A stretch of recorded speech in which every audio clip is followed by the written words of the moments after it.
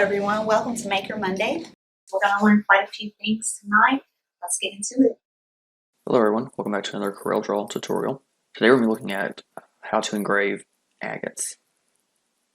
So what I'm going to do first, and this is just for teaching purposes, I'm going to import an image of some agates.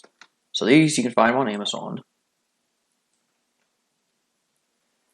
And they look similar to this. Depending on what you get, it may or may not have a keychain attached. Again, it depends on what you purchase. Now the thing with agates, of course, they are a naturally occurring material. Therefore, each one is going to be different, and you can see that both in the shape of each one of them as well as the color. So with that, you really have to think about how your design is going to fit on each individual one. Additionally, you probably also don't want to have a design that is too much, so to speak, because obviously you do want to highlight the natural colors in the agate.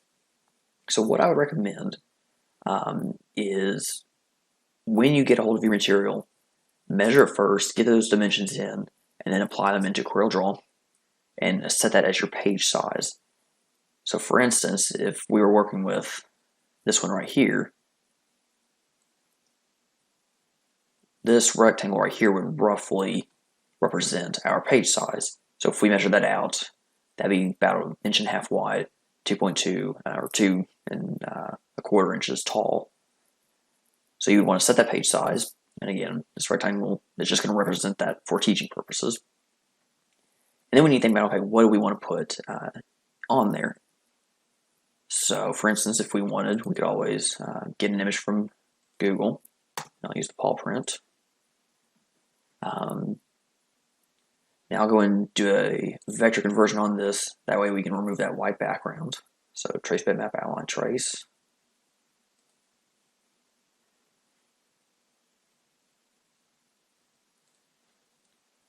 Then I'm going to right click and ungroup it.